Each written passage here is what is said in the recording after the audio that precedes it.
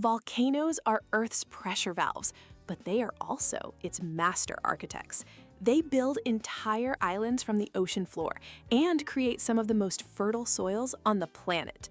So what decides if a volcano erupts with a gentle, glowing river of lava or with the terrifying force of a nuclear bomb? It all comes down to the magma's viscosity, its thickness. Think of it like this.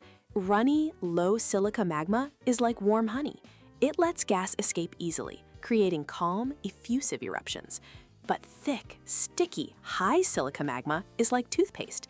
It traps gas bubbles, allowing pressure to build and build until it finally bursts in a cataclysmic explosion.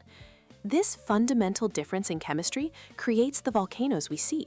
Gentle flows of runny lava build massive, broad shield volcanoes like Mauna Loa in Hawaii.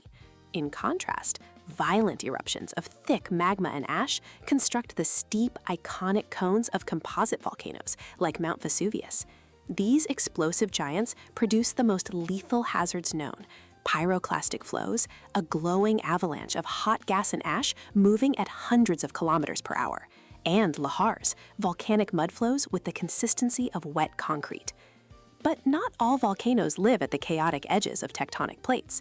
Some, like the Hawaiian chain, are born from hotspots, stationary plumes of hot rock rising from deep within the mantle.